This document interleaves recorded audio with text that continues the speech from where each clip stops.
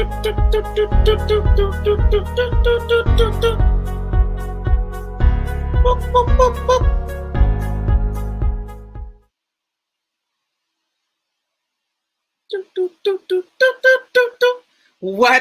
is up, ladies and gentlemen? Welcome, welcome, welcome to another day of the Ideas That Ignite Mini Summit Day 4. Yes! So excited to be on Thursday. Thursday, y'all. Woo!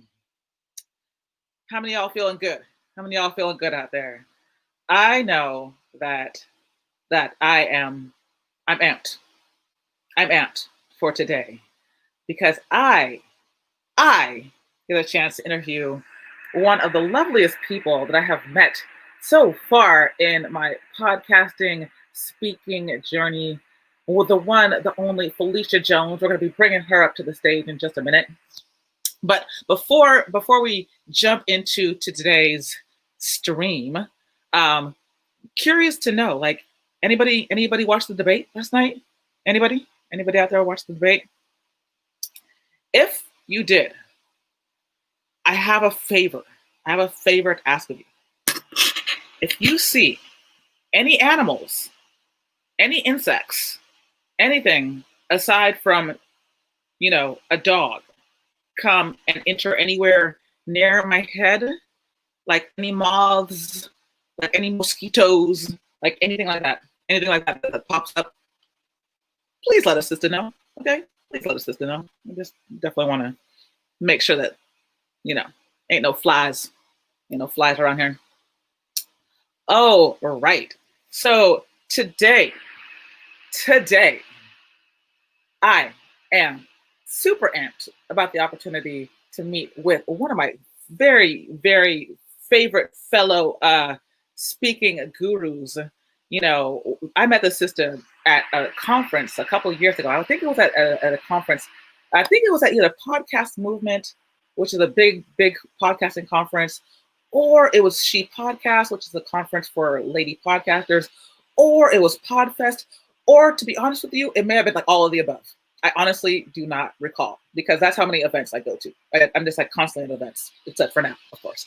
But I met her at one of these conferences, and we got to talking because she was putting on a workshop about finding and closing paid speaking gigs. And I was like, oh, word? Oh, yeah, we got to talk.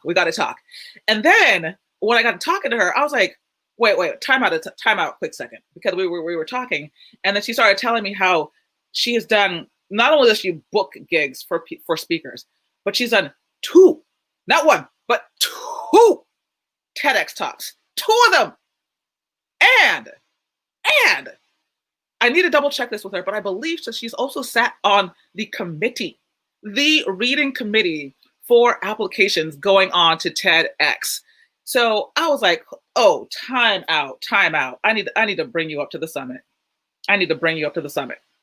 So that's just like a little bit of a teaser of like why I got amped and why you all are going to be getting some awesome information today as well. So you all ready to do this?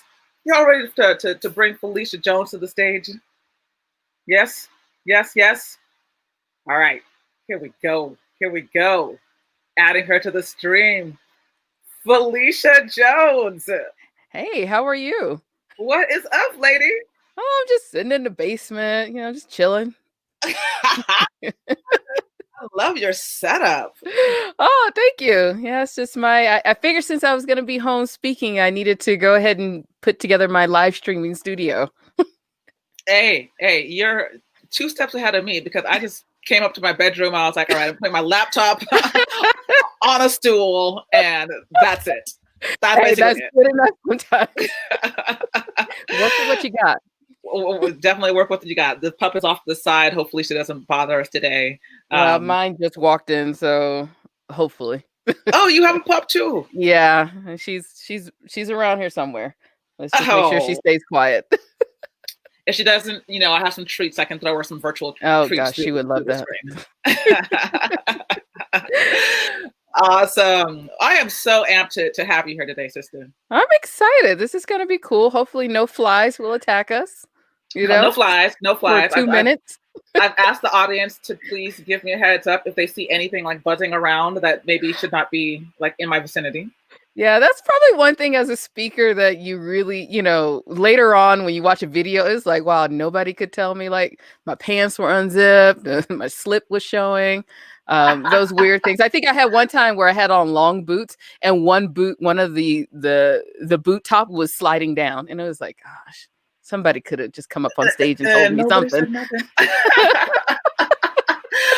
I have definitely had those moments where it's just like, oh, so this entire time, like hair was on fleek and like, bra was like Yeah. halfway down like that. Yeah. Okay. All right, y'all. That's perfectly fine. Yeah. I did help a friend. I am one of those people. I had a friend who had an incident like that. I actually just walked up while she was speaking and she didn't stop. And I just corrected it and people were like, "Oh my gosh, thank you for doing that." I was like, "'Cause I just know how it feels. I just know." Ironically, I was watching, my mom loves Dancing with the Stars. I don't know Mhm. if you like watch that show, but I don't know who any of the dancers are except for like the Tiger Queen woman. But anyway, so she was watching it last night, and one of the dancers had they had stickers. They kind of had like stickers on their body, and one of Uh-huh. the stickers was right like here, Oh and wow. and the judge was like, hey, so as they were getting judged, she was like, Jay, just a heads up, like like, and the dancer was like, Well, that's good. At least somebody's looking out for him. somebody was looking out for her. Somebody was looking out. But I'm sure people didn't tune in to hear us talk about that. Yes, I know. We'll jump into it. We'll jump into it. Oh my gosh. All We'll make it right. fun. So I know you do. You do. So Phylecia, I have so many questions that I have lined up for you. And I Okay. figured the best way to like break down today's interview was to first start off with like a lot of the TEDx stuff that you've Mhm. done, that you've seen, that you experienced, all the insights, blah, blah, blah. And the second half, break it down a lot of the stuff that you do with I Find You Close. Okay. Sound good? Cool. Yeah, I'm ready. Cool. So to start off, why don't you like share with us like what exactly, like how exactly and why exactly did you get into speaking? Well, I got into speaking to market my business. There was no other reason to get into speaking. I started a business. Actually, this is my 6th year in business this month. Mhm. And one of my business coaches was saying, speaking is a great way to get out and market yourself and market your business. And of course, I avoided that for about a year. I was like, yeah, we're not going to do that. We're going to build the website and make $1 billion. And that didn't work. And I was like, all right, let's do this speaking thing. And it actually started working, which was the craziest and weirdest thing. Out of all the things I had done, the speaking worked. So you were out there just like trying to like promote yourself, and you found out that speaking, going on like stages. I'm assuming these were all like real stages. Yeah. Actually I helped. would go anywhere, just to get my name out there, to get my business out there. I would just do anything just to get out and just market myself. And then how did it work? Like what happened once you actually started getting on stages for your Um, business wise? People thought I was good on stage, which was so weird to me because I'm secretly an introvert. I don't know if I'm secretly, but I'm very much an introvert. But I do these extrovert things. So I've been a professional cheerleader. I've danced. I've been a baton twirler. I've done all of these things. But if I have to get on stage and speak, it was like. Okay, finally I'll do it. But when I got up there, it actually worked. I started converting people into my business. My name got out there because, speaking is a great way to become known. And every time I got on stage, I just got another gig and it just kind of kept going from there. And now here we are. I've done a couple of TEDx's and I've done a TV show. And I didn't really think that this would go that far. It's been Yeah. fun though. Yeah. So tell people like as when you were first starting, because you didn't have your booking business at that time. You had some other business that you were promoting? Yeah, I actually I used to work for the Navy, so I was a computer scientist and a systems engineer for the US Navy. I retired at 36 and I started a business around money coaching. So Mm. I got into money coaching, and so we did meet for the first time at Podcast Movement because I had a podcast called Ask the Budgetologist, and I would just answer questions around money. So that is where the speaking came from, was just to get out and promote, talk about money, and to help people with help business owners and with budgeting and personal finances. Got it. And Yeah. then at a certain point, did you end that business and decide to start another one? Well, it was one of those things, you know how, if anybody's been in business, sometimes you'll get into this thing where it's just seems like, okay, it sounds like a good idea, but it kept failing. So I kept hitting walls, but it was just weird. The one thing that worked was the speaking.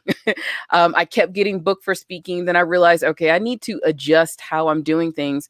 And over the years, people kept asking me how I was getting all of these speaking gigs. And of course, me and my computer science brain was like, it's the internet. Like, why are you asking me?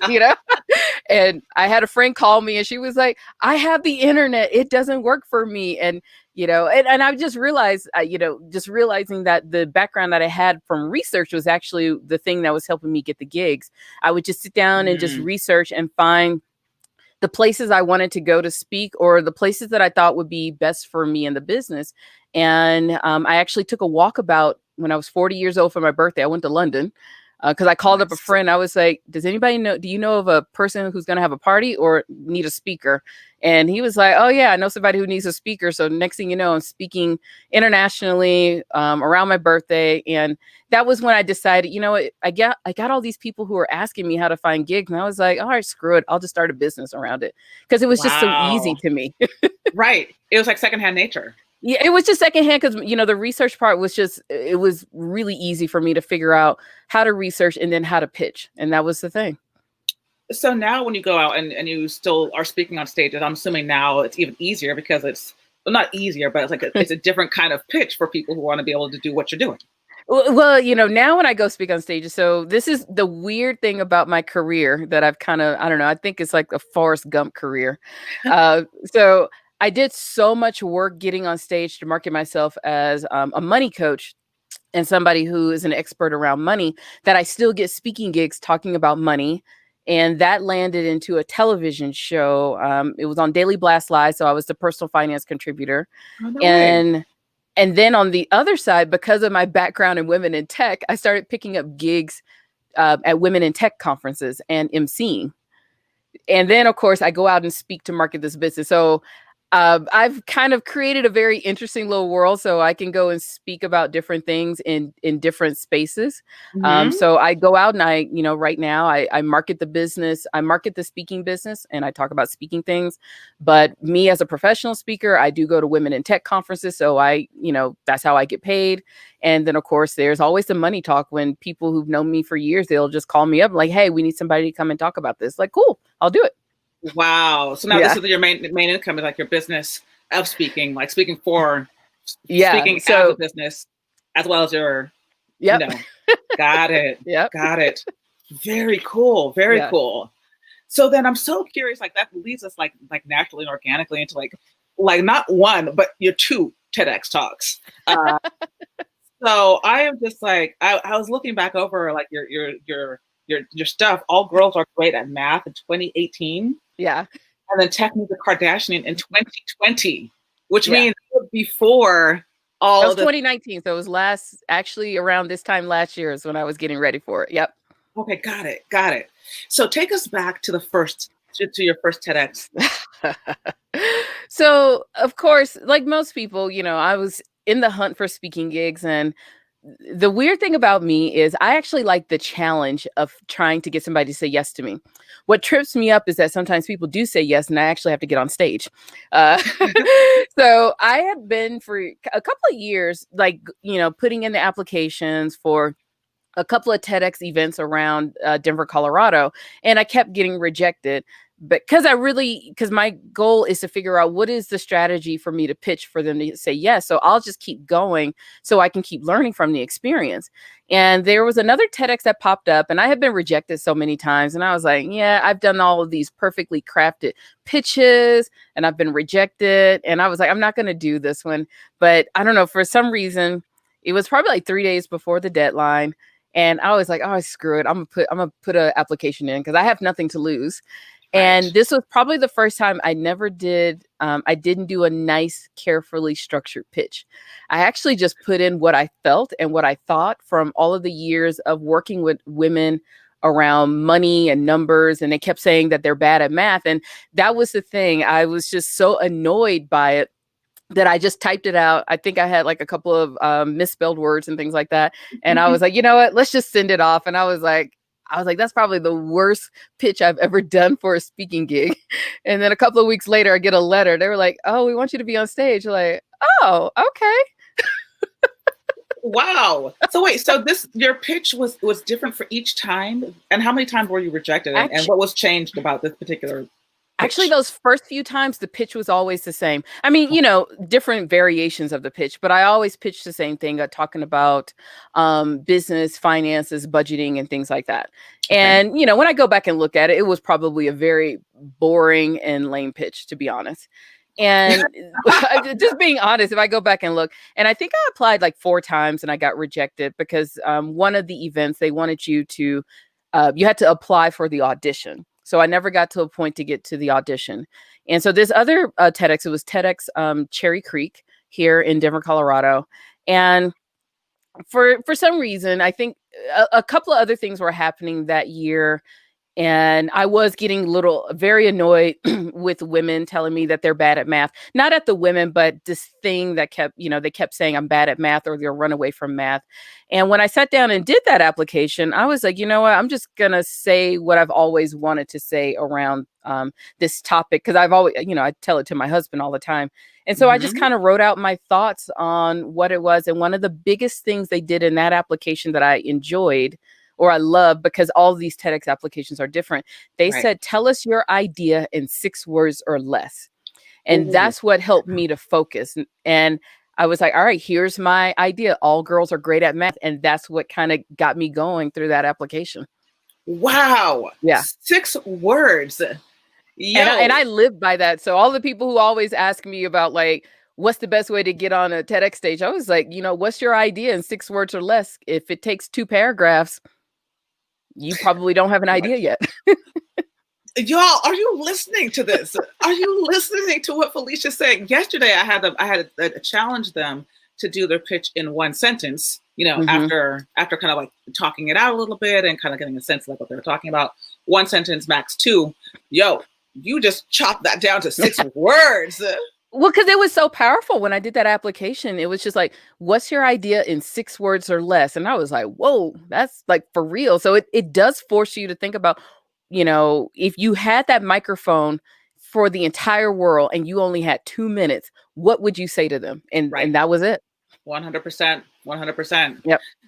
During those applications, did you also have to submit like a video or was it just an application or a pitch or what was involved in your application? You know what? Here's the oddest thing about all of these TEDx's. Remember, TEDx is an independently run. So it all depends on how they're doing things. So the first time it was TEDx Denver, you had to do an application, no video necessary, just to get an audition. Then the audition would get you closer to whatever the next step was. I never got there, so I don't know.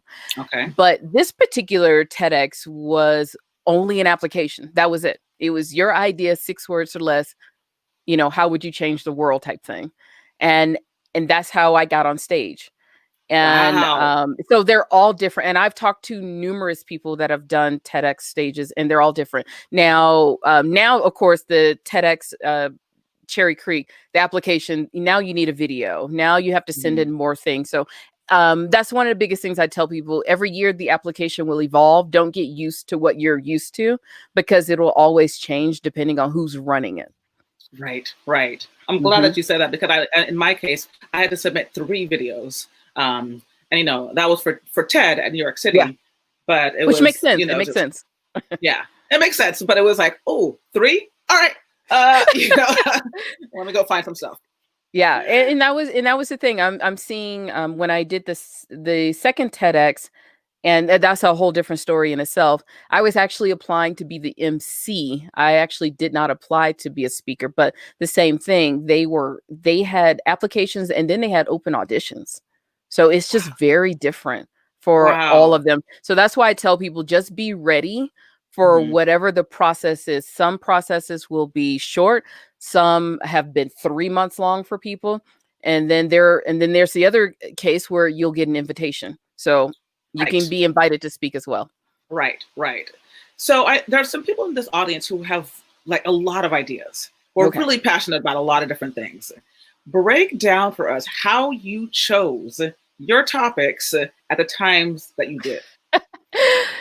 Well, when it came to, like I said, with that very first time I did the TEDx, it came down to what was that idea? Because I had always had these ideas in my head around women and math and what we could do to go and change this. And I, of course, that late night talking to your husband in bed type thing, like if I could change the world, this is what I would do. And I always said, we need to create a stereotype around girls in math. We need to create the stereotype that they're good at math from the beginning so that they will always believe it. Mm. And that was kind of my idea. So when we got to that, 6 words or 6 words or less, and I was like, all right, here's my idea. All girls are great at math. And then of course the rest of the application was built around what would you do? What would you say to these people? And my thing was, we need to create a movement to change how women and girls view math. And if we were to use the power of stereotypes, because nobody likes a stereotype, but sometimes stereotypes, we can swing them the other way in the positive. And if we created this stereotype from the moment that they were born, just keep telling them that they're great at math, they'll actually believe it. And we can change the numbers of women in technology and the women in STEM.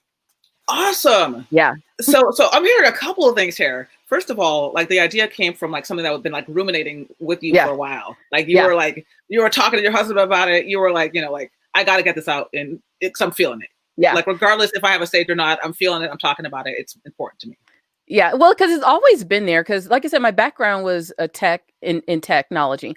I was a computer scientist for the Navy, one of few women, one of extremely few Black women. So it was definitely a lived experience, and that's one thing that you'll learn about TEDx is it is facts based in lived experiences.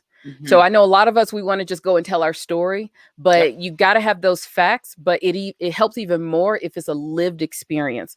So this whole thing around women in technology, around math, women saying that they're bad at math, it's something that I lived and something that I guess I've been a part of for a long time. And that was just the culmination of me just kind of being annoyed. And I always say that that application was me just being annoyed and like, this is how I really feel, that type of thing. Right. Got it. Got it.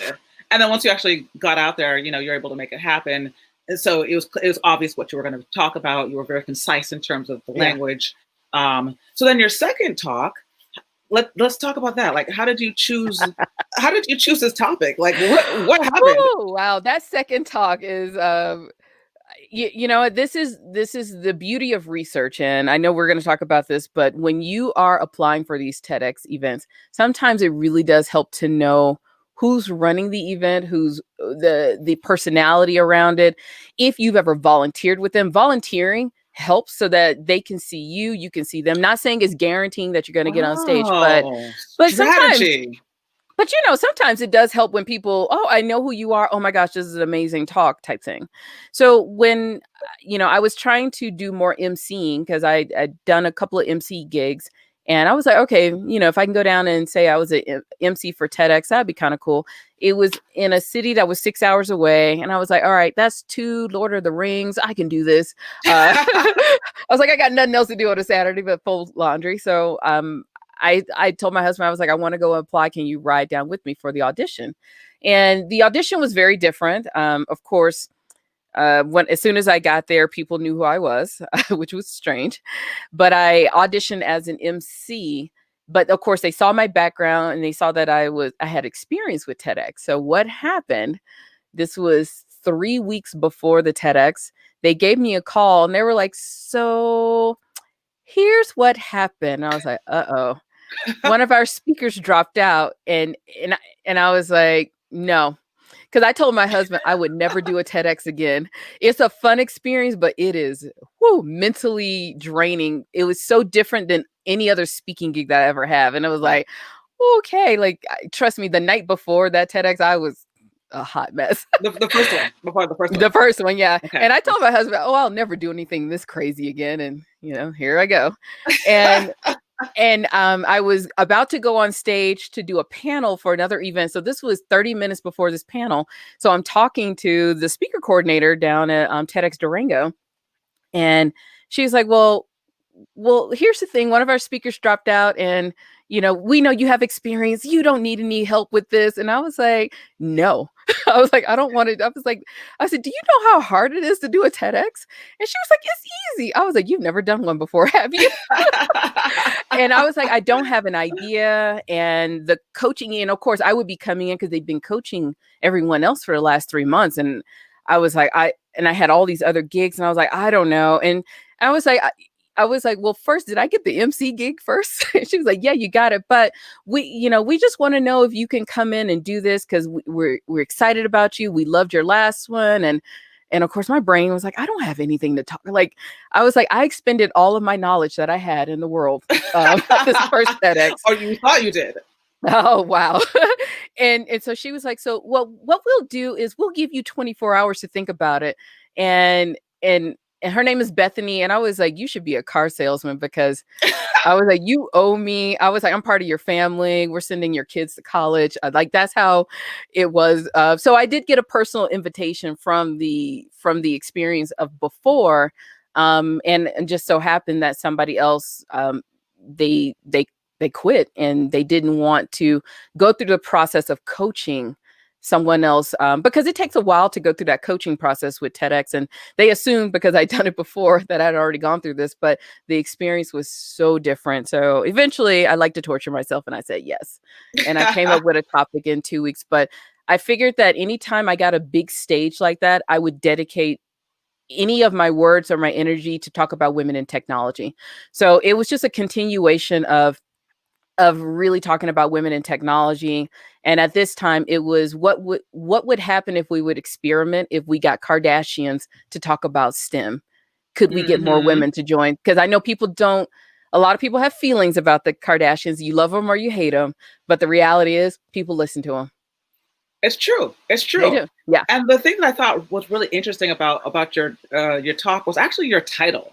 And that's one thing that I haven't talked a lot about yet, is like actually putting in a really captivating title so that people, you don't want clickbait. You don't want like what is this puppy jumping off the? You don't want clickbait, but you kind of want clickbait. But you kind of want clickbait.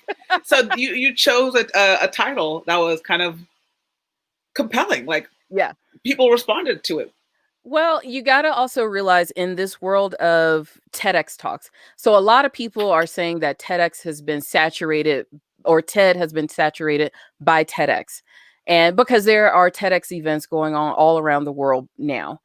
And I figured, if we're going to use the strategy side of it, if you ever get this opportunity, you got to realize that just because you have a video doesn't mean you're going to be the next millionaire. And a lot of people think that. They think, well, Brene Brown did it. She did a TEDx, and now look at her. She has a Netflix. Like, well, she did 20 years of research. She didn't just show up to TEDx and became famous. But you do want to make sure you have a talk that stands out. You want to grab people's attention, and you want people to watch your video. I mean, right. At the end of the day, and of course, if you're going to leverage it into something else, let's just be straight up honest. If you're going to leverage it into something else, you got to make it compelling for people to want to keep watching.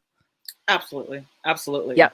So after you actually were able to land your gigs, I'm going to go back in a moment too. Okay. Because you actually sat on that committee as well at some point. Is that correct? Actually, a year after I did one of the TEDx, they invited some of us to come back and be on the first round of selection committee. So it was eye-opening to be on the other side of all of the applications. Yeah. So let's go into that for a quick second, and then I'll come back to my other question about like how you actually spread your talk. Yeah. So what was it like, of all the things that you saw and the mistakes that people made, what would you say were like the biggest mistakes that people made as applicants? And then what really stood out to you as a reviewer? I think the biggest mistake that I saw with applicants, and it's going to be a weird thing that I'm going to say. too many words, not enough words. So with Mm, some applications, it was 3 and 4 pages. And it's like, come on, sweetie. If you can't figure out your idea in 1 page, you need to go back and rethink it. Sometimes if you have to do that much explaining, you gotta make it short, because you gotta realize, I know you've put a lot of work into this application, but you gotta put yourself in the shoe of the person reviewing. I have to review 200 of these. Get to the point and get to the point fast. And I love the idea of your idea in 6 words or less. And you got to remember that when I am sitting here, because I've booked speakers for other events as well, if I have to go through 200, 500 applications, grab me as soon as you can, right. because I may not sit here and read all of the words. Your title is going to be the big one, or your idea is going to be the big one. And then your overview, get to the point with the overview. If I have to read 2 paragraphs and by the third paragraph, I'm still trying to figure out what you're saying, the biggest mistake I saw. The other mistake I saw was that people put in crappy applications. Uh, what's your overview? I want to tell my story. Okay. Where can we find you on the internet? Google. And I was like, LinkedIn. okay. It My was like, Facebook page. yeah. I saw that. And then the other thing that I saw, especially if that year they were asking for videos in the application, people would say, oh, I'm really humorous. And then the video, hi, here's my talk. And it's like, well, you just said you're humorous all throughout your application. Now on video, you're just like sad face. Right. So if you're going to be humorous, be humorous. Right. Use the theme to your favor, Mm. but don't overdo it. Cause sometimes people, let's just say, what's the title is Find Clothes and Rejoice. So people were like, I know how to find clothes and rejoice about love. Like, okay, now you're just being corny. Use it, but don't overuse it. Right. But I also think a lot of people, the other thing that I saw is that a lot of people think TEDx is about business, that they think this is a way I can sell my book or I can get more clients. It's not. And I really would prefer that people have a topic that is burning, that is passionate, that literally, if you can get in front of the world and say something to them, because you can't get into the world to convert people into business, not with this platform. Right. And I think a lot of people were thinking this is all about my business. I'm going to convert people into my business. I can have action items to get people to come and sign up for my freebie. Like, no, it doesn't work that way. Have it's not a something webinar. compelling. Yeah, it's not a webinar. Have something compelling and really get to the point of TED is about ideas worth sharing. Right. Do you have an idea that's worth sharing? And don't try to force it. If you don't have an idea yet, don't force it. So wait, hold on a quick second. So some of the applications were too long, meaning that this particular event didn't have a number limit or a character limit for applicants? No, it didn't. Okay, got it. So it was a free form application, and that can work for you. It can also work against you. Definitely sounds like it. Definitely sounds like yeah. it. But but the biggest thing is, you remember, you got people who have to read through a couple of hundred of these, get my attention fast. And if I have to read a book to figure out what you're saying, you probably already lost me. So you were just kind of going through these, okay, no, this is too long. This isn't getting to the point. Which ones stood out to you? Which ones actually really got your attention?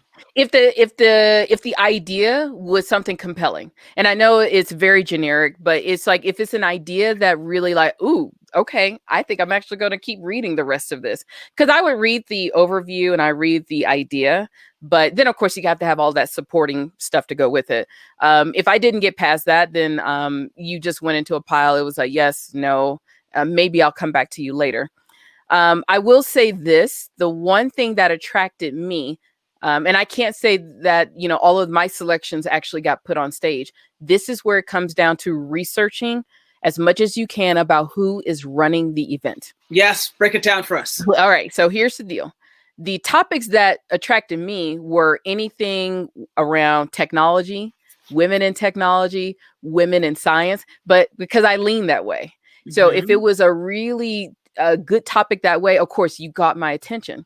But I have to say, for the other event, or the first event, I kind of always joke and say that it's run by social workers, because it's two women who ran it. One was a former social worker, and she works for social work at the college, and the other one is in government services. So they wanted more with the feeling, because we kind of bumped heads when we were coaching. They were like, so what's the feeling around math? What's the trauma? I'm like, it's math, girl. It ain't that serious. But that was my brain, and that's where we were disconnecting a little bit. But that's what they really liked. They wanted those heartfelt stories on stage. And so that's why I say it's really important to figure out as best as you can who is running the event, so that you can get an idea of how you think they may go. And you can kind of go back and look at their past TEDx speakers to get a kind of if you look at the majority of their speakers, you'll kind of get an idea like, okay, I think they kind of lean this way. Right. It's not going to be 100%, but you can see, like, I will say, like with TEDx Denver, they typically choose speakers who have bigger platforms, bigger businesses, bigger nonprofits. So that's going to be really important. And like I said, it's not 100%, but sometimes you can kind of get an idea of how they are leaning each year with the selection of their speakers. Interesting. Yeah. So each TEDx has a different organizing committee, because as you mentioned, they're like locally organized. Yeah. So some of them might be like a little bit more in like the tech space, or some might be more in like the environmental space, or like. So I would say for me, like, let's just say you and I ran one. We may choose speakers very differently. I'm going to go for all girl power, science, things like that. And you might want to go for all the storytellers. And it'd be very clear. It's like, I can kind of figure out why. But of course, always you want people that have those compelling ideas, those compelling stories. At the end of the day, it really does come down to, all right, this is a really cool topic. The last TEDx, I can kind of tell how they chose speakers just a little bit, because it was run by people in the theater. I don't want to call them theater kids. I call them theater kids. But people, they are performance theater performers. And you can kind of see where a couple of those speakers came from. They were all from theater. They were all performance artists. And it was like, okay, this is interesting. And then you have the weird nerd people like me sprinkled in, because, we're just the oddball when it comes to, we're the opposite of the kids in the theater. Right. The diversity element for the. Yeah, because you're just fascinating. It's like, ooh, I like you. Because me, I would load up my thing with all women in tech. And then, of course, it'll be that one person that can, do magic. It was like, because I like that kind of stuff. So so that was the thing is, at the end of the day, you still need to have a good idea. You need to have an idea that's worth sharing. But sometimes if you go and do a little research on who is running it, the types of speakers that they have chosen, if they only choose speakers from colleges, professors, it'll just give you an idea of how you should go about your application and how you should present yourself. So are you suggesting that people should kind of get a sense of which TEDx's might like match up for them before even bothering to apply? Okay. Yeah, it would help, because I know a lot of people don't want to go through tons and tons of rejection, and it may take a while for you to realize, like, okay, this TEDx keeps choosing 12-year-olds. I'm 45. Why aren't I getting on stage? So it's just kind of, looking at the past speakers. I mean, this is for anybody. And this as a keynote speaker, sometimes you have to go and look at what they've done in the past to kind of like, okay, now I get an idea of where they are going. And like I said, it's not 100%, but it does help you. It does help you to realize that not all TEDx events will be the right one for you. And because I was part of the TEDx Cherry Creek Women, and we'll get into this. The interesting thing about women is that it is stories around women and their experiences in life. So when you see, and I'm not hating on men, it's not that men don't get to speak at TEDx at the TEDx Women events. It's just your angle will have to be very, very different, because it is geared toward women. And if you come in, and I've had people pitch me for other, for women's organizations to talk about the father-son dynamic. It's like, yeah, you didn't really pay attention to who you're speaking to. So kind of pay attention to that.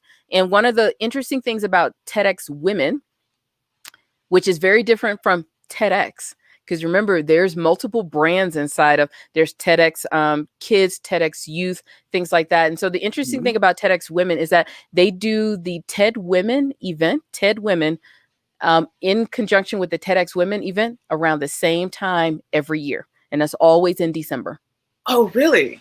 Yeah. So the TEDx Women and TED Women are all on the same day, unilaterally. Yeah, I would say a good 90% of the events are the same day. And if it's not the same day, it's like the week before or the week after. I'm pretty sure some timing and, event stuff. But TEDx Women, TED Women has the same theme throughout all of the TEDx Women events. Same theme, which is very different from TEDx. Right. We talked a little bit about that yesterday. Yeah. And I'll be talking a little bit more about that tomorrow. So, all right, cool. We do have a quick question here. Oh, I like questions. Yeah. So it says that she's a theater kid. I believe it's a she. Because the face looked very ambiguous to me. But didn't know they had theater in TEDx. Do you want to clarify? Okay, so let me clarify this. So the person who was running the TEDx event was a person who was from the theater, and they were all theater artists and theater performers. So I kind of knew it the moment I walked into the room because there were jugglers and it was a very different room than going into a tech room. So that was just the background of the person running it. Now, the interesting thing was because of her background, of course, she's going to invite her friends who are all used to being on stage. So there are a lot of performance artists in TEDx. Now, here's one of the other things that I did learn about TEDx is that as a performer, as a DJ, as a dancer, as a poet, you can get on the TEDx stage without giving a TED talk. Break it down. Tell us. So it's the same way they audition for speakers. Look for when they audition for performers, and it's just going to be performers. Whatever you perform, comedians, the two ladies who were the comedians at my event, they were hilarious, but they were just a duo, and they taught people how the many uses of tampons. So it was hilarious. So, and we also had a spoken word artist. We had a singer. We had solo singers. We've had the last TEDx, they had a juggler. So you can, it was Dan the juggler. It was hilarious. Like I said, the audition was very different. I went on the audition for all the performers. So as a performer, you can get TEDx credibility by auditioning whatever performance, and it's not limited. It's whatever you think would be a performance, and you can go do it. And they usually give them 2 to 3 spots on the stage, because TEDx is not the video; it's an entire day event. Right. And, I'm so glad that you're bringing this up, because there are a lot of people in this community who are storytellers, who are performers, who are like other types of creatives. And when I went to TEDx, the last one I went to was TEDx Berkeley. And there was a bunch of musicians there. They were like really inspiring, really uplifting, kind of like connecting the dots in between each performance. Yep. And I didn't know that performers could just jump on, well, not jump on, but that they were actually part of the event. So if you're a comedian, if you're a talented person, if you're a theater kid and want to do something theater related, definitely check out those opportunities, because there's actually a lot more, even for TED. I've seen also this on the actual TED stage. When I was performing, it was Questlove. So I don't think Questlove came in from the roots. I don't think that he came in on submitted an audition. But maybe he put on an application. You don't know. I don't know. He probably got that special invitation that some people get. Yeah, he got one of those, like, somebody slid into his DM. And they're like, hey, so we got this like, event if going you just on, happen to be in town, can you come and stop by? Right. But no, for all of you performers. So here's the thing. Sometimes they will have 2 different auditions. It depends. It'll be 2 different applications. So when you go look for that speaker application, search somewhere on there for a performer application. If they don't have an application, reach out to the person and say, I would love to audition. I would love to submit to be a performer for your event. That's all you have to do. Sometimes you just got to ask, because TEDx is an entire day event. And I think we even had a contortionist. It was like all kinds of things going on. So they will need performers throughout the day. And if you can make it work for you, you can definitely get you a TEDx video, and you will be on the TED website. Awesome. Yep. Awesome. There's another related question. I'm not so sure if you know about this, but are there many spoken word opportunities through TED? That's through that performance. Whenever they're looking for performers, and it's trust me when I say it is not limited to what type of performance. You just gotta have the ovaries to go and audition whatever you're doing. Or the balls, depending on yeah, guys can get some ovaries now. So the first TEDx that I did, we opened up with a spoken word artist. The second TEDx did not have any spoken word people, so it is all different. And from what I remember, the first one, they did not have an audition. I think it was an invitation by the event coordinators out to certain people to come and be performers. So this is where I would say for my performers, you're going to have to like reach out. If there's no application, you're going to have to start reaching out and just make it known that you're interested in being on stage as a performer. Excellent. Excellent. And I believe that the first question came from Samantina. I believe. So glad to see you here, sister. I know that this is probably your first day at the summit. Just as a heads up, if you want us to see your name, you have to give StreamYard permission. It's kind of like this funny, weird thing where we can't see your name until you give StreamYard permission, because we're in a public group. So if you'd like to show your name and continue commenting, just go ahead, and there should be like a link somewhere at top that says, StreamYard.com, Facebook. It takes a quick second. So just go ahead and jump over there, and we'll be able to see your name if you would like to comment. So, and yes, to those of you who are asking about, can I just submit on the TEDx website? Yes and no. I've on the TED at New York City application that I submitted to many years ago, and that is still kind of continuing. They do have a section that just says like I'm submitting as a performer. Yeah. But every event, like Phylecia mentioned, is slightly different. So if there is a local event that you know about, I know TEDx Harlem is coming up in 2021. I'm going to be pushing that a lot. In addition to like some of the when is the date for that one? Do you know? I want to say it's April 2021. All right. Here's where we got to start doing some math, y'all. This is why all girls are great at math. If at TEDx Harlem, and I see that one of the Facebook users is spelling it TEDEX. I hate to be picky, but when you're submitting your application, make sure you spell it correctly. It's that capital T, capital E, capital D, and the lowercase x. Yes. You'd be surprised. People will ding you on those little things. But let's just say if TEDx Harlem is coming up in April, they should be starting to get ready to put out their speaker application. Sometimes the speaker applications are out for a month or 2 months. Everyone is different, but you need to get on it now. If they don't have an application for performers, you need to figure out who is running the event and start sending emails and asking, hey, I would like, what would I need to do to audition as a performer? And that's the only thing you need to say. Don't send a whole bunch of words. Just say, I'm interested in auditioning as a performer for your upcoming TEDx event. Your goal is to engage in conversation. So this is where you have to start prepping and start paying attention and start counting to when they will start opening up those applications. 100%. I just pulled up the tab. It's going to be May 5th, 2021.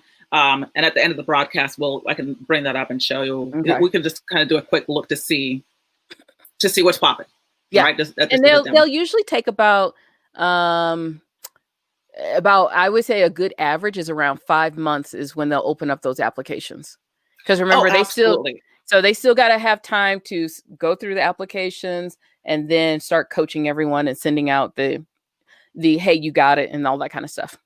Absolutely. Absolutely. I'm so glad that you brought that up, because the timeline that I've been looking at is like pretty much from like a year out, because a lot of the TEDx's have to submit to say like, I want to do a TEDx within a year. Right. And so they have that year, and these people are volunteers. So you got to keep in mind that Ooh, yes, they are.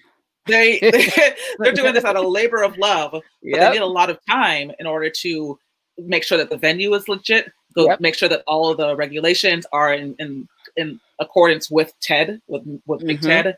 They need to find speakers. They need to be able to coach those speakers. They need to do all the tech stuff. So that's why like a lot of the TEDx's are a year out. Mm-hmm. which is why me starting this program now is an opportunity to kind of like at least get your ball rolling in terms of thinking about what is your idea, what's your content, Yep. et cetera, because I'm not looking to put any of y'all on a stage. Well, I'm not putting you on stage, but but my goal is for you to get on stages by, somewhere between like April-ish, May-ish going forward into 2021. Yeah. So that's why it's a rather long timeline, but the earlier you get started, Yes. the better. The better it'll work. I see that Devin has a question about would he need Oh, to yes. have sample videos in relation to pitching as a performer. Yes. Here's the thing: have your stuff ready to go. Just have it ready to go. So when you send off that email, let's just say they don't have an application, you send off the email and you really want to ask, who is the person I would talk to about auditioning as a performer? And then you can give a little simple, a little like, here is my video that I would like to submit. But remember, you have to keep following up. You can't, this is not a one-time email. Remember, just like Don was saying, these are volunteers.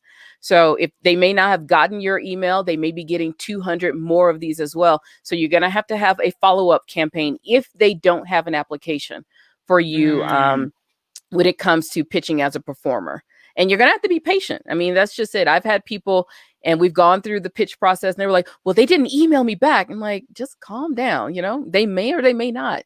And you're going to have to not get, don't take it personal. That's what it is. They may be getting 500 applications. I've heard from other people on the other side that they get like 1,200 applications. That's a lot of people that's a lot of emails to read. That's a lot of things to go through. So don't take it personal. Just be persistent, but without being annoying or stalky. So let's break this down. Like say if somebody had, like, we're in the beginning of October right now. Mm-hmm. Say somebody was trying to get on a stage, hypothetically, for February 1st. Okay. How often would you recommend that they follow up after sending an initial pitch to be a performer? So typically in business, what we've learned is that it takes 7 times to touch someone before they convert. And 7 times. Yeah, that's, I mean, you know how business go. Oh gosh, give me some water, Lord. You gotta touch me 7 times. But sanitize your hands because this is the age of Corona. So it may take 5 to 7 touches before somebody responds back to you. So if you're looking to get on stage in February, and remember, you're kind of pushing it because, I mean, we got the holidays coming up. They probably are already negotiating. They're already working with their speakers. So what you want to do is send that email. If you can't find an application, you want to send that email and you just want to do a simple ask. Who is the person I would need to talk to about auditioning as a performer?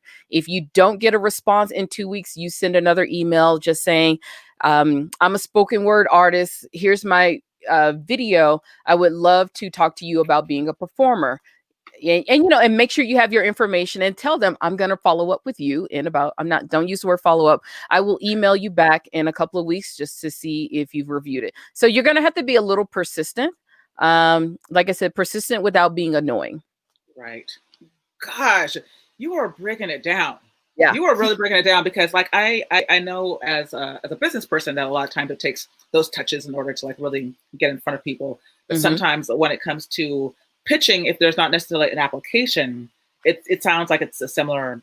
It's the same thing. You gotta get somebody to read your email and make sure you don't and in your emails just make sure it's something that somebody would want to read, because like I said, if your inbox is like mine, I got like 5,000 emails, and when I have to get to a point of booking for an event, I get even more emails. So make sure you have a subject line that stands out, and make sure it's just to the point. Who do I need to talk to about auditioning as a speaker or as a performer? And that's it. Right. And be persistent. Oh, so you're also saying for speakers in case they don't have like a speaker. Sometimes I've noticed that if they don't have an application and if they're not blatant, sometimes they're very blatant and say it's invitation only. But here's the thing: if you want it bad enough, you'll send an email. You never hurts to ask. Right. All you gotta do is wait for them to say no. Yeah, I think that's like worth reiterating because a lot of things, like even in my own situation, when I applied to TED in New York City, I I did not submit something happened with my video. My video, I think, was submitted privately. And so I put my application, but I did not submit my video properly. And I was like, oh crap, like what am I supposed to do? And so like after the deadline, this is like after the deadline, I wrote them and I was like, hey, I'm really sorry, but can you please still consider my video? Blah, blah, blah, blah, blah. And they were like, yeah, no problem. And I was like, oh, sometimes you just have to ask. Like, you just have to ask, and that's just how it is. Like I had another friend recently, it's another person who was in my story to speech to sale course, was applying to be a TED fellow. And her application, she didn't realize that the deadline was UTC time zone, which is like some ambiguous non-American time zone.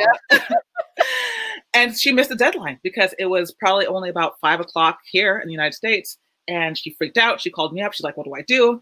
And I was like, follow up with them. Just send them an email saying like, honestly, like I missed the deadline. I didn't realize. And they're like, no problem. Go ahead. Just send it off. Sometimes it never hurts to ask. Just follow up and just just go after it. Yeah. Don't be a diva about it though. Cause then you don't be a diva. Yeah. You get deleted. Divas get deleted. Sorry. You must get deleted. Can you make that into a hashtag? I have deleted quite a few people with pictures like that. Awesome. So Phylecia, so far, like you've really broken down, like some of the things I've been writing down here are like, I mean, first of all, this idea of like volunteering at a TEDx and like actually getting your name known, that's an amazing thing. And the other thing about the volunteering, you get to see how the process actually goes. And once you realize how they actually choose the speakers, it's kind of fascinating. And you get that name recognition, you know. One of the things I talked about a couple of days ago was the fact that I knew that the TED people, or I didn't know exactly, but somebody from the TED committee I knew that they were part of a storytelling organization that I had spoken at. And so I was like, okay, even if they're not on the committee, I think that they may have heard about this other platform. And so when I submitted my video, that video was from that particular show. So know this game. No. I'm just trying to reiterate, like any way that you can make your name known, which is why tomorrow I'm super excited that people will be here, because tomorrow I'm bringing up Chloe she is the TED speaker curator. Yeah, listen to everything she says, probably. Yeah. Listen to everything she says. If there's a way to get your name in front of her, then anyways. So anyways, let's transition into I Find You Close. Oh, okay, cool. Yes. So because you've already broken down like some great nuggets about like, titling your talk, how to get like name recognition, how to actually like, like the timeline to submit for other type of performers. So now how do you actually get more people? Because one of the things I always recommend for people is, as much as possible, like you want to get up on stages, you don't want this to be your first time. It can be your first time, but you probably don't want it to be your first time. You don't want it to be your first time. You want to kind of get out there as much as possible, right? Yeah. So what do you do with speakers who are like looking to get onto stages? So what I do is I go back into my background of research, and I go out and research events, corporations, and conferences around the globe, and I deliver those to people. So all of this research that we've talked about for TED, I actually do this for clients and for the subscribers of when we send out speaking leads. So we just go out and look at what they're looking for, the topics they're looking for, and giving you all of these little hints like, hey, when you send your application, don't do this or do more of this. And I actually work with people on learning how to pitch properly. None of this copy and pasting emails, because you're always going to get somebody's name wrong, that kind of stuff. Because I've had people like, Patricia, I would love to speak at your organization. I was like, I'm not Patricia. And somebody was like, diva deleted. And somebody was like, I messed that up. Like, yeah, you probably should have gotten my name right. So I hate to be a diva like that. But sometimes, it's little things like that will people, when I'm going through 200, like you couldn't spell my name right. All right, you're out of here. Right. So this is what I do. I actually go out and research these events, these conferences that are looking for speakers. And I'll take someone like you, Dawn, and I'll, to have a conversation with you to figure out who it is that you're trying to talk to. And then I go with my brain and I have a researcher and assistant, and we go and figure out what we think will be great matches for you, great industries to get you on stage, to get yourself known. And that's the biggest thing, is if you're marketing a business, especially if you're marketing a brand, it helps to become relevant and it helps to become known. And I know a lot of us, we always think it's like, we think it's all about who you know when it comes to getting on stage. Really, it's about who knows you. Right. And you have to wake up. My business coach told me years ago, you have to wake up and ask yourself, who needs to know my name today? And that's the thing. You gotta put your name out there so people will know it, because that's how you get these gigs. And Right. and that's how you get those special invitations to a friend's event who's running a TEDx to get on stage, and you didn't have to prep for it. That's how you get those invitations to get on stage. And you as a speaker, this, the more people you meet, the more you bring your A game, the more you'll get referrals, and people will see you, and you'll start becoming known. Right. I'm totally like mesmerized right now, because I didn't even I didn't even connect some of these dots until like just this moment. Like I'm thinking back over my application, right? And my application, I mentioned that, look, I've told the story, I've performed at this place, at this place, at this place. I give like my top 4. Yep. I didn't overwhelm them, but if I didn't have anything, it might be a little bit of a harder case to show that I am the expert in the field, or that I'm known in the field. Like, I'm not just like some random person who's never talked. And it will, if you've never been up on stage for any event, even for TED or TEDx, you will have to sell yourself a lot more. That means your idea needs to be like, wow, mind blowing. So if you're coming with like a grade F idea and you're still getting known, it's not going to really help you. But the more you are known, it does help you. I've seen some celebrities do TED Talks, and they were interesting talks, because they just go up and give their entire story. But the thing is, they're known. I mean, Right. Who's gonna turn down Oprah? And Oprah can go up there and make Not me. I know she can go up there and make smoothies. We'd be like, yep, she's a TED speaker making smoothies. Because she's known. And so that's the thing. And even in our small worlds, I mean, you don't have to be celebrity status, but depending on the stages you want to get on, and that's one thing we preach a lot in I Find You Close, you have to get your name out there. You have to stay relevant. And unfortunately, in this world of speaking, you have to keep putting yourself out there more and more so that you can get your next gig. You can get on stage, because every time you get on stage, you'll get another gig. Right. And sometimes you may fall into one of these situations where somebody will say, and I honestly think my second TEDx came from the fact that I've already done one before. I was already a speaker, professional speaker, getting paid. So I didn't have to sell. And because I was filling in, because somebody stepped away from it, it was just a lot easier for them to extend the invitation. So you were like breaking some stuff down. So for I Find You Close, can you work with anybody? Like, I mean, there are people in here who are like, meditation people. There are people who are in here who are environmentalists. There are people here in here, storytellers, industry leaders. Like, can you work with all of them? Like what's your trick? What's your secret? So what my trick is, I actually need to kind of have a good idea of what it is that you talk about. So especially if we're working one-on-one, because what I do is I get you on the phone and I just ask a whole bunch of questions and make you talk the whole time. And then I try to say, oh my gosh, so you're a storyteller and you like juggling. All right, I've noticed that tech conferences, they need people to talk about communication in a fun way because they don't want to do all heavy coding type talks. So I try to make those types of matches with trying to find an industry where you can become a unicorn. And that's the thing. If you can be a unicorn in an industry, you don't have to pitch as hard and you don't have to pitch as much. You will always be referred. So for me, outside of the TED world, TEDx world, I like to go to travel conferences, and that's where I started talking about money. And because I started talking about money, specifically travel conferences, because you wanted to travel, you wanted to get out of it. I love travel, so I was like, look, if I'm going to do this, it better be fun. But the odd thing was that they had nobody talking about managing money at conferences. So I kept being invited back. I've been invited back to MC that particular event. And I know I became a unicorn in that little small world, that they will always call on me and they will always refer me out. So that's the goal, is to become a unicorn somewhere.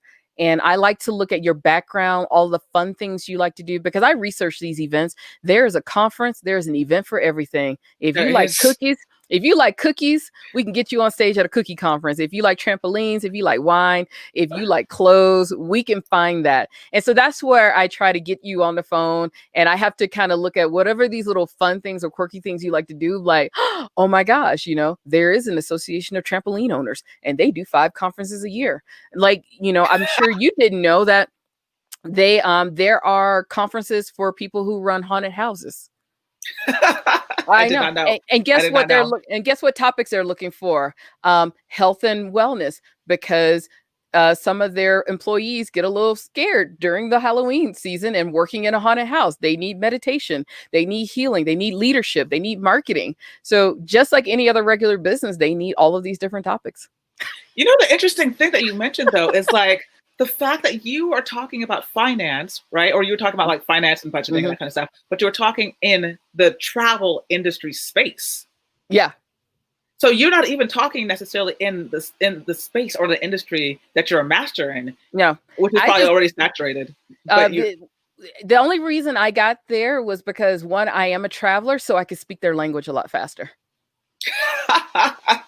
And just like I can go into women in tech if I needed to talk about. Sometimes I do talk about money and women in tech, only because I was a woman in tech and I know exactly how you spend your money. Right. So I know with travelers, I know y'all don't have bank accounts big. Y'all rolling through these credit cards. I know what's going on. So you can't fool me.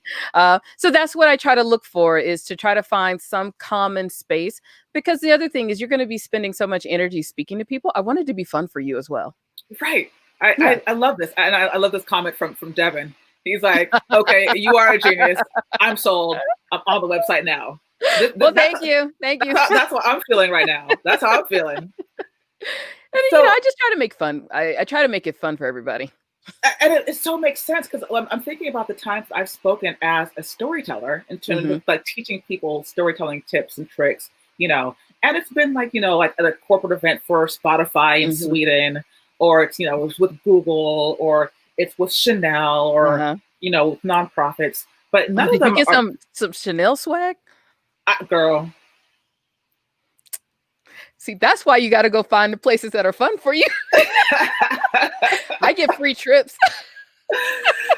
I love, and this so is making sense. Like, I'm known as the storytelling and the storytelling coach, and it's across a bunch of different industries. I mean, like recently I've been leaning into like, like the tech industry, because I'm here in the Bay Area, but making myself that unicorn, that's probably how like they've been finding me. I keep asking people, how are you finding me? And they're like, oh, just Google. I'm like, it's not helping me. Please help me. I've had people do that too. Like, well, how'd you find me? Like, we found this or that. And I will say, the TED videos helped me in the women in tech space. I will hands down say that. For some of the other ones, it was just like, oh, I saw you speak 2 years ago, and now I'm part of this event, and I would love for you to come and speak. And sometimes I'm just very blatant. I'll just go and meet the person who's running an event. Like, hey, you need speakers? Right. I'll do my research right there. Like, oh, you have an event coming up in a year. Like, you need a speaker? Let's be friends. I'll buy you some cookies or something. Make friends with a lot of people. Yes. Network, make friends, keep business cards, So for those listeners who are out there who are like watching this live and on the replay, like what tips could you give them to find their own gigs if they're not able to like work directly with you and your agency? The first thing you need to do is make yourself pretty. I always say, make yourself pretty. Go and clean yourself up. Clean up your social media accounts. Clean up your website. You don't have to have a full-blown website, but be very clear on who you want to talk to and what you want to talk about. I have so many people who call me and like, I just want to make $25,000 as a, is it profitable? Like, okay, it doesn't work that way. You just don't wake up one morning like, $25,000 as a speaker. We all would love that, right? Yeah. But you need to be very clear on the ROI that you give to an audience. Be very, very clear, because that's what you're going to lean on, especially in those first couple of years, until you become known and then people start finding you. So clean up all of your social accounts. You know, if you got photos of you with a cup, go get rid of that, please. You know, make sure we have photos with you on stage with a microphone in your hand, testimonials, video testimonials, load it all up on your website everywhere from people who run the events. The second thing is start asking. Look at your network. Look at your network, hands down. Look at your network and make sure people know that you are a speaker. Remember, your goal is to wake up every morning and ask yourself, who needs to know my name today?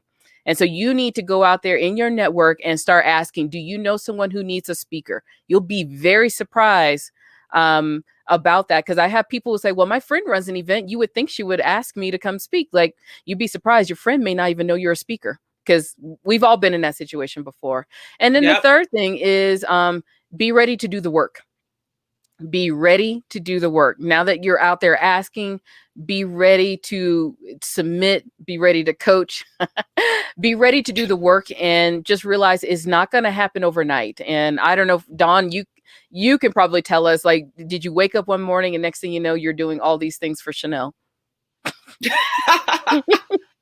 Well, I woke up and suddenly, like, people started like really knowing my name to the point where I was like, but you had to do something in the beginning, though. You had to do some work way before that. You didn't just come out the womb.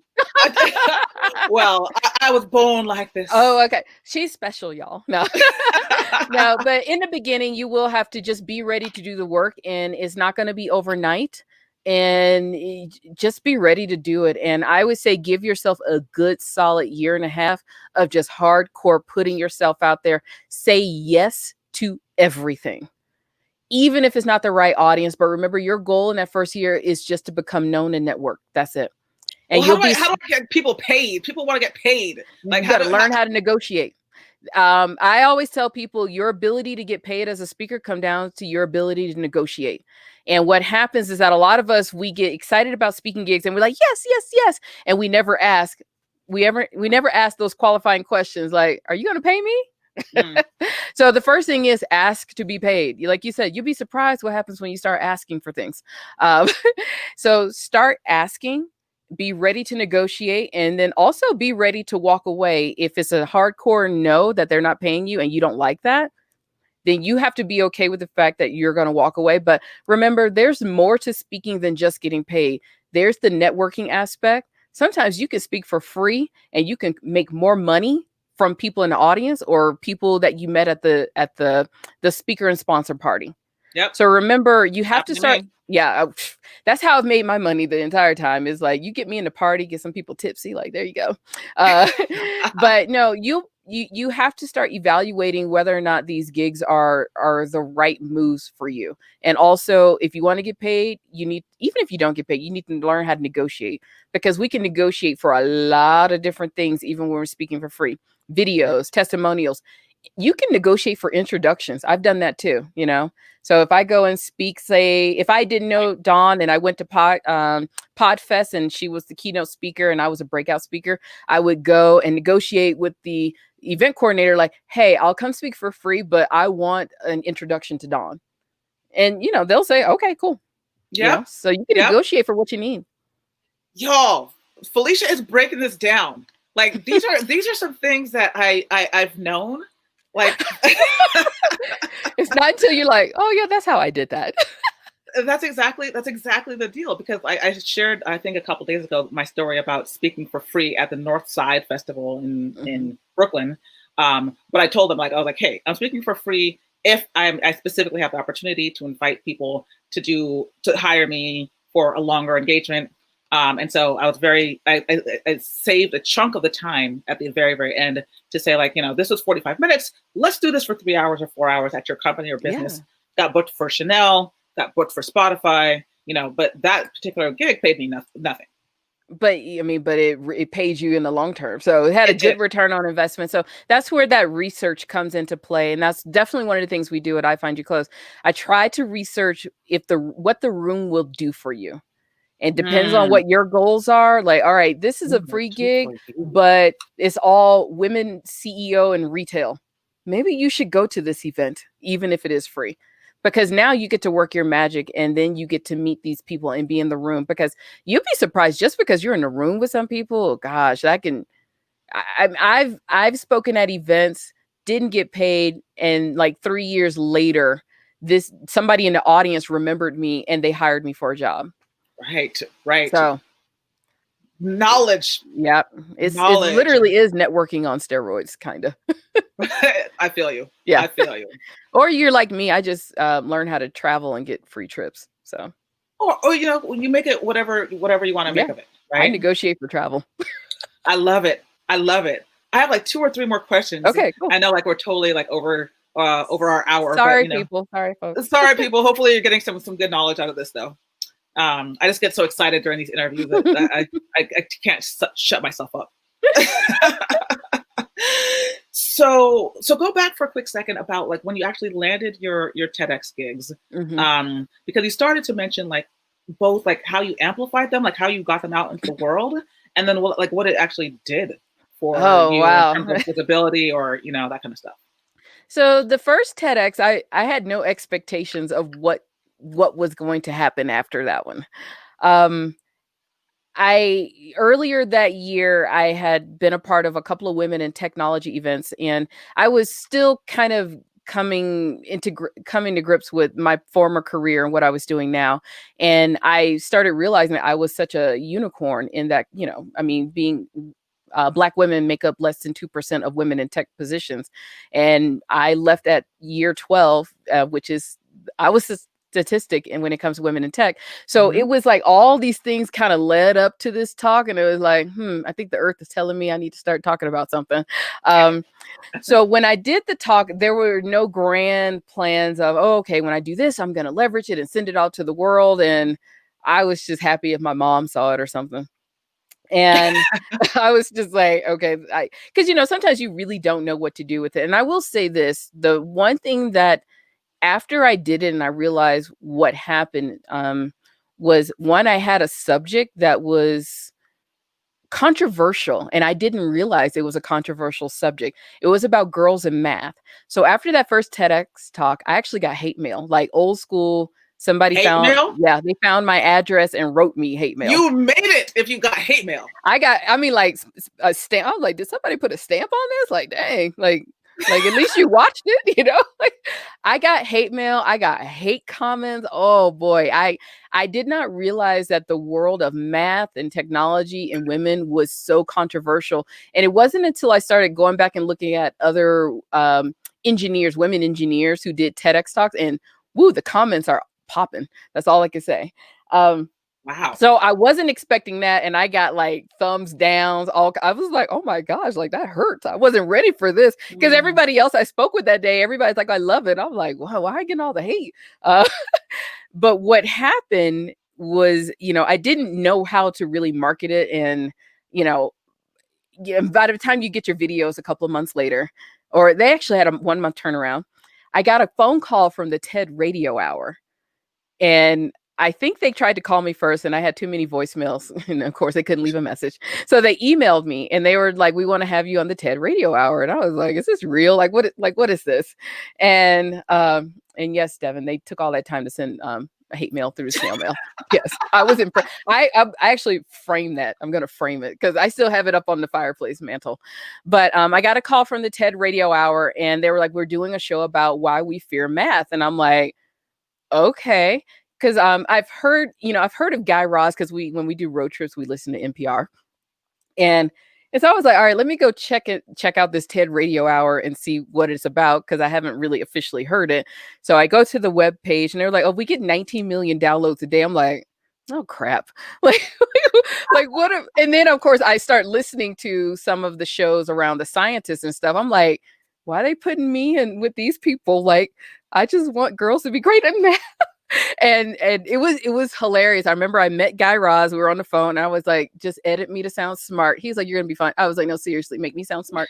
And I listened to the show. It was actually a really good show. I kicked off as the TED Radio Hour, Why We Fear Math, and they kicked me off with people after that who were these theoretical science people creating schools around math. And I was like, wow. So it was just a really cool thing to be a part of that. And I think it was because of my topic around girls in math. I didn't realize it was so controversial, but that kicked off being asked to be a part of a documentary because people listen to 19 million people listen to the TED Radio Hour. Wow. I got more hate comments after it, but I got a lot of positive, but it was very interesting hearing reasons why I've even had people threw Bible verses at me around why girls are doing bad in math. And, it was very interesting. I saved all the comments. So that's how that one took off. And because I had done that and I had done a speaking gig a couple of years before, made friends with the person who ran the event, the national television show, they needed somebody to come on and talk about money. They saw the TED video and I ended up being on the television show for a year doing personal finance advice. What? Yeah. So your TEDx has got you on the TED Radio Hour. Yeah. It got you your own show, basically. Yeah. And I got a documentary about math in America. So that was really cool.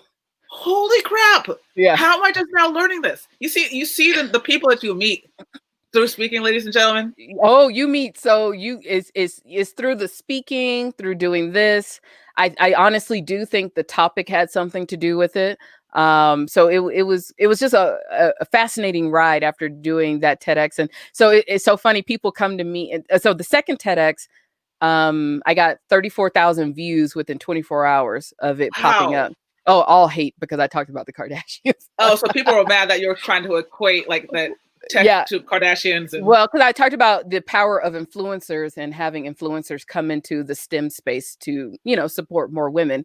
But it was cool. I got a lot of great comments. I got comments from like around the world, people sliding into the DMs. I'm like, okay, this is kind of cool. But that's why I say your topic and how you approach it is going to be very important to stand out from not just having a TEDx video, but a TEDx video that people actually watch. Right. That's going to be so important. And then of course you want to leverage it. You want to put you put it as the first video on your speaker website. It's just credibility at that point, because some people, I'm starting to see that a lot of events, they want people, we want TEDx credibility speaker. And it was like, oh, okay, we're getting fancy now. Like I got that. So it's just ways of, one, it's just a credibility move that you can literally use for a very, very long time. Oh, 100%. Yeah. 100%. Yeah. And of course, if you've been a speaker before and you've, had your A game on, you've made friends, it just helps even more as you keep going. Absolutely. Yeah. I'm totally convinced that that's why Commons people got in touch with me. They're like, you did a TED Talk. Can you work with Common? And I was like, wait, ¿cómo? Like, who? Who? Common who? What? Are you talking to me? Like, I mean, like, blown away. Parlez-vous anglais? We speak in English? Right. So yeah, it's an amazing thing to be able to leverage, to utilize. And you didn't necessarily have to do anything to spread your talk. It just kind of like the title just kind of got people's attention and it just went out there. Well, and I think I did not spread it around because people started asking me like, can you share, like, how did you get all these views? I'm like, the second time I did it, I kind of knew. I was like, all right, after I started doing my research, I'm a research girl. I started reviewing all of the talks from women engineers. Oh, they get so much hate on the TED websites. And I was like, okay, I see what the game is. So let's up the ante a little bit. So I just know that when it comes to women in technology, for whatever reason, it's just controversial for some folks. Interesting. Yeah. Interesting. And so it just kind of just took off and people. Yeah. But I do think that your title though is I'm like, that's something I'm going to really have to like to think a lot more about and do some research on, because I think that your title is really compelling. And I think that good titles are really going to help to push that. The titles, it would make a difference. And I live by this, your idea in 6 words or less. Because my first TEDx, and we didn't talk about this, we didn't create the title of the talk until after we did the TEDx. The second one, I had to have the title up front. So everybody is different, but if you are looking at your titles and you're wanting them to have impact, 6 words or less, what's your idea? And, and mine was, the second one was Tech Needs a Kardashian. Right. They had to get the lawyers in on that one though. Oh, they did. Yeah, Woo! just to make sure we didn't, I guess slander or whatever. So Totally, yeah, totally. and I didn't say anything negative about the Kardashians. I did say something negative about avocado toast, though. Oh, talking about avocado I toast. know. Next thing on my heart, next to pumpkin. Lord, I need to go back to the notes. I might need to be writing Phylecia a hate note. I know. You get How on you the gonna be wall. talking There you about go. avocado? Hey, Yeah. hey. Somebody wants Sorry. avocado. Yeah, somebody wants something. Come here. The 6 words or less. That's going to be the biggest thing. 6 words or less when it comes to your topic or your Nice. idea. We'll call it the idea worth spreading. Yes, the idea, not the story, right? Yeah. This is so excellent. I'm loving this.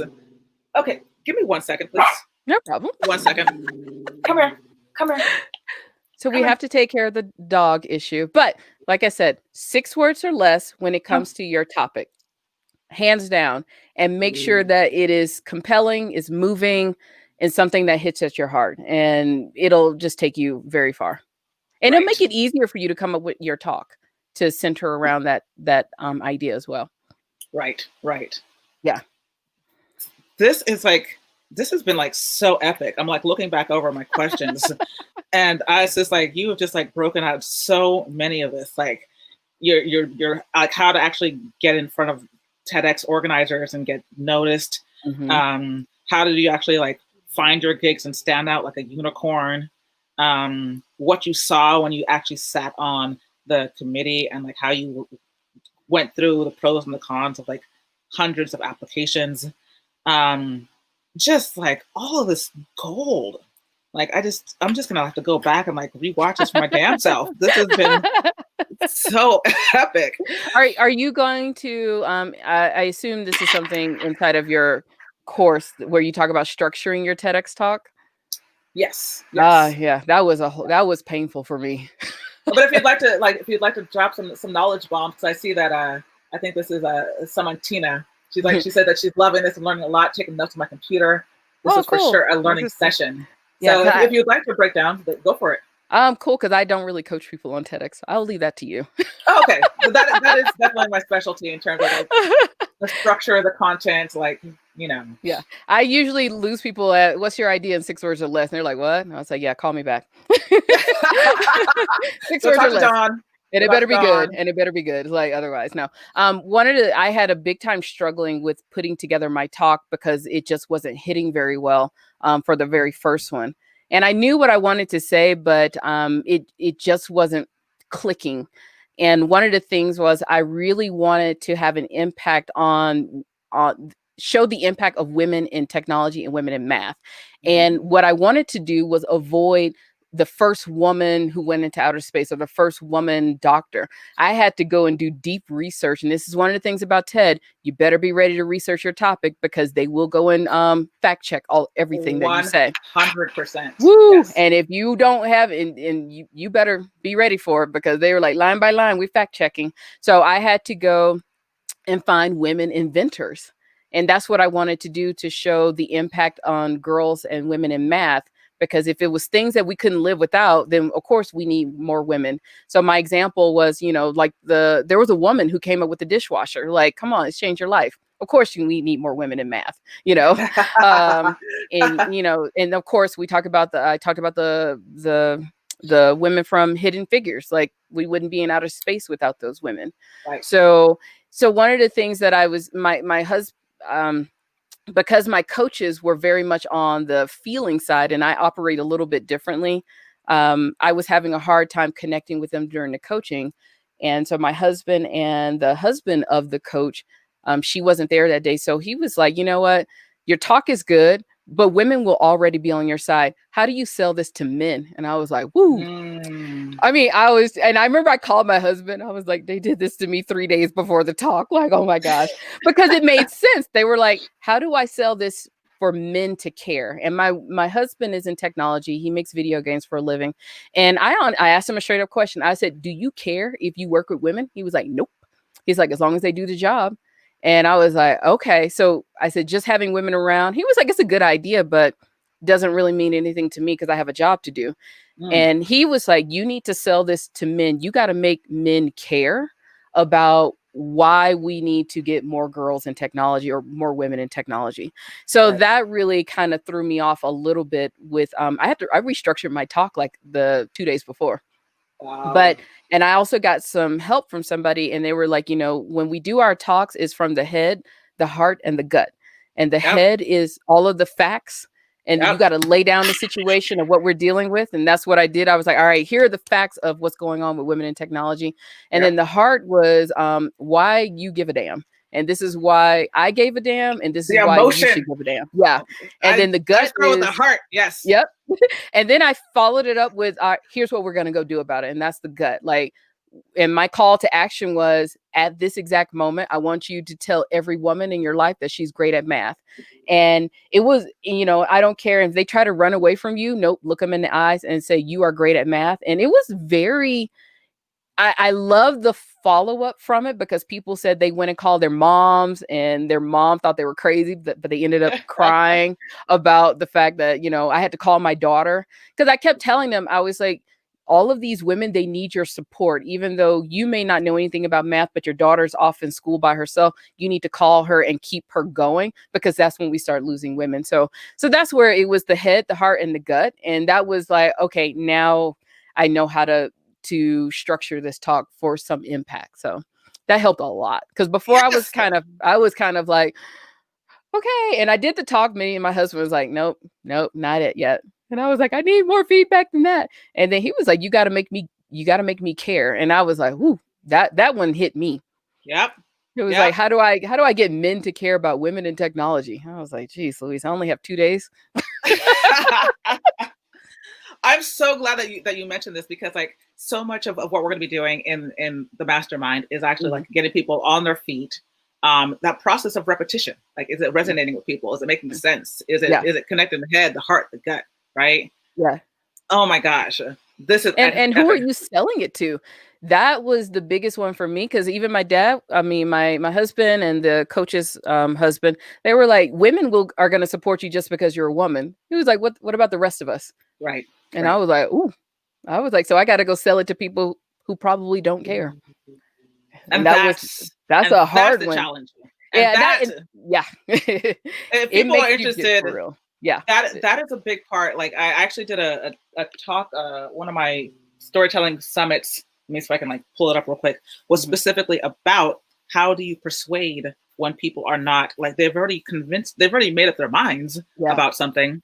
How do you persuade them that their point of view might be, you know, that you Mhm. could present it in a different way? I don't have the dates of the That's why you talks, need to but work with Dawn, because that's not my specialty. that's why we work together so well. I Like, I'll I help just get the roll content, into it. figure out what you want to do. If you want to like get on stages beforehand, go to Phylecia. I am going to pull up TEDx Harlem really quickly, because I am curious Cool. now about that timeline. So let's just jump over to that for a quick second, Are you gonna and be then a we'll part start of wrapping TEDx it up. Harlem? Uh, I'm not, but I do think that they have like a good like segue into, or a good connection for a lot of people who I have Okay. already been working with. Yeah. So let me see if my screen.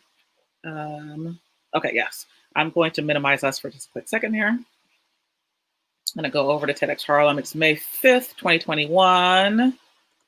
Kenneth Johnson. So if you are interested in trying to speak at something like this, you might do a little research on Mhm. Kenneth and like what he's all about, who he is. Let's And see. they're already telling you where they're targeting: innovation, entrepreneurship, and technology. Wait, So, where do you see that? I'm looking at the TEDxHarlem.com website. Is that the same website? Oh no, I'm on the wrong website. And that's the other thing. There will always be two websites. There's the TED website, and then there's the organization's website. But Oh, you may have the right information though, and that's where it gets a little tricky. With sometimes they don't update the information everywhere the way they got should. it. Yeah. Okay, so let me stop this, because that's probably not the right Well, if you have it, link you for. might have the right one, but Yeah. And this is where, yeah, you'll have to go and do a little bit of research just to make sure the right person is the person. Well, yeah, and I'm looking at some of their speakers they've had before and some pretty Can powerful you speakers. can you share your screen? Yeah.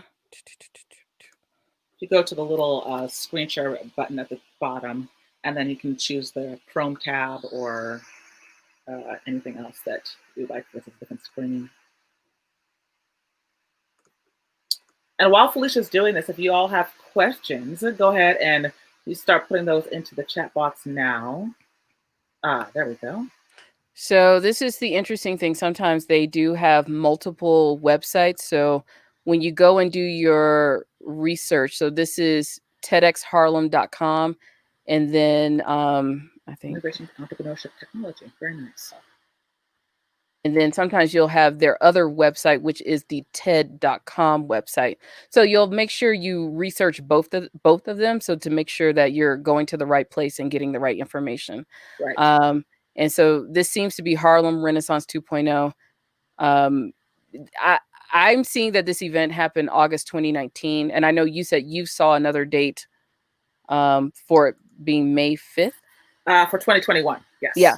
So sometimes they may not be completely up to date on all the different websites, and if you are not sure, you send an email and just ask. But listen to Dawn if she knows.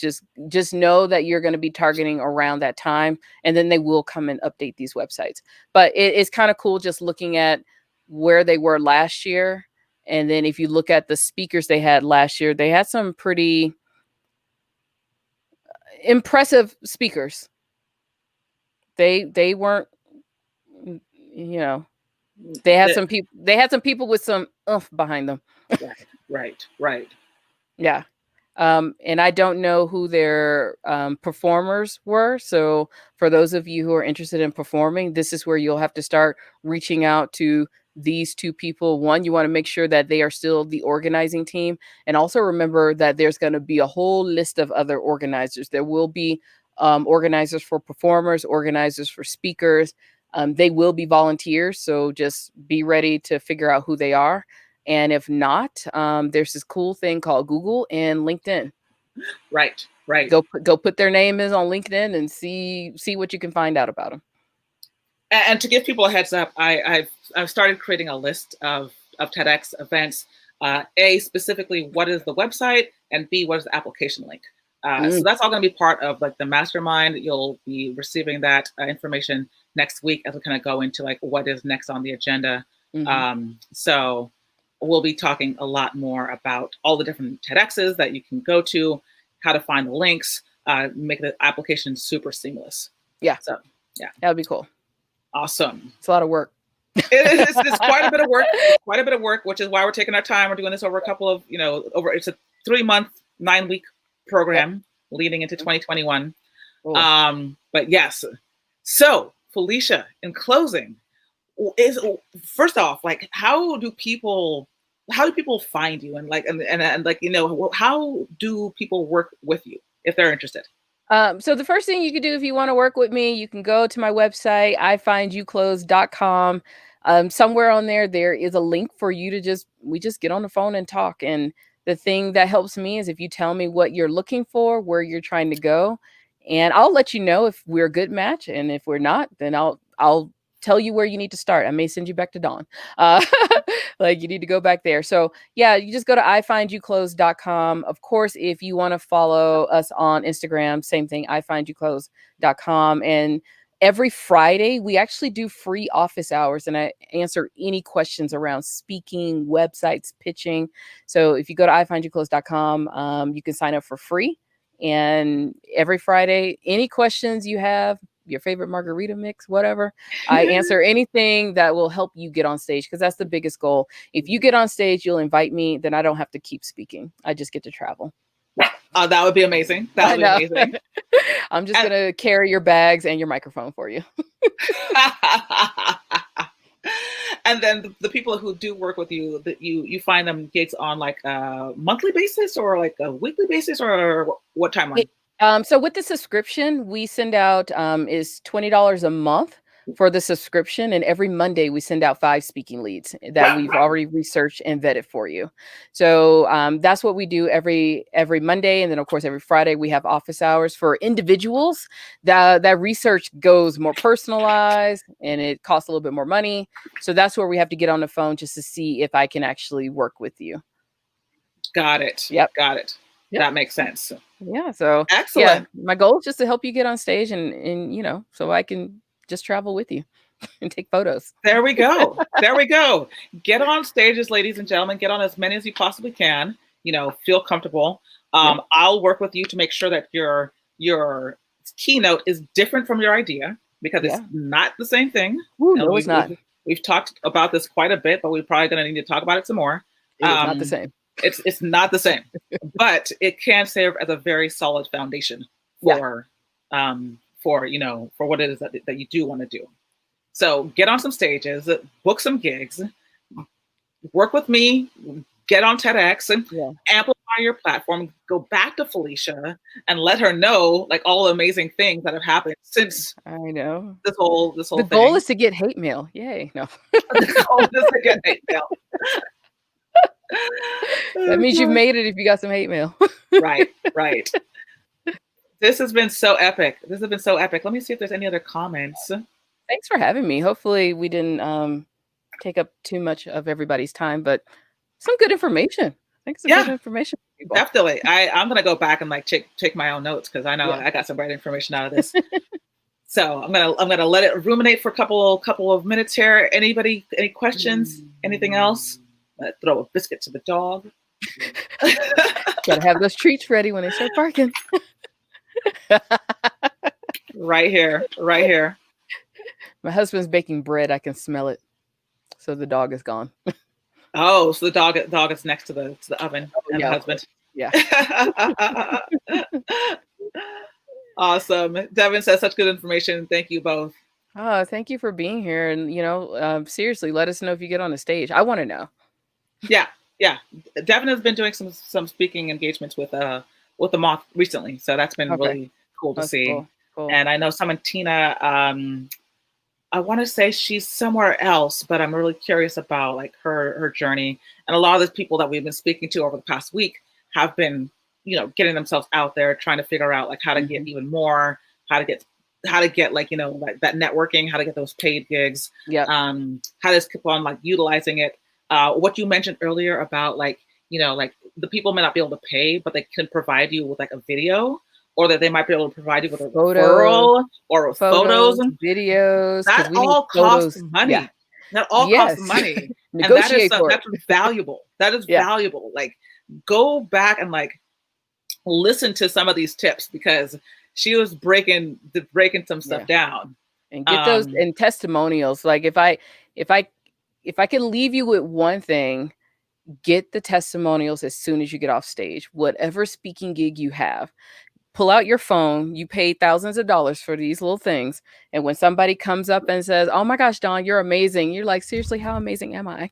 And it'll feel weird, but this is what you need as somebody who books speakers. I know you're going to sell yourself, but you get other people to sell you. I want to see as many testimonial videos as possible, and people will do them for you. But because what's going to happen is that you're going to go and you're going to kill it, and you're going to hate that you didn't get photos, you didn't get a testimonial, and you're going to just leave like, "Oh, that was cool." Right. I've done that before. And then once you actually have those videos and those testimonials, listen to what Daphne LeBlanc shared from yesterday or 2 days ago, who was our social media guru, about how to actually like take those snippets and like put those on social media to make sure that people can like find you by using hashtags, repurposing that content so that people can find you and know that you are legit, that people love you. Yep. Oh my God. Put it on your website. You'd be surprised how many people are sitting on videos and logos, but never put it on their website at all. And I always give a breakdown of what your speaker website should look like, so it can help you land more gigs. And you got to start using all those things. So if you're finding yourself speaking for free, negotiate for those photos. Hire your own photographer. make friends. My photographer, she doesn't even have to talk to me at an event. She just knows where to show up, how to take the photos, and within a couple of days, I get them back. Get paid, just suck it up and pay for the photographer. Trust me. Trust me. You will. 100%. Woo, because you'll be so mad when you don't have photos. 100%. I mean, for those of you who are storytellers, I've been suggesting that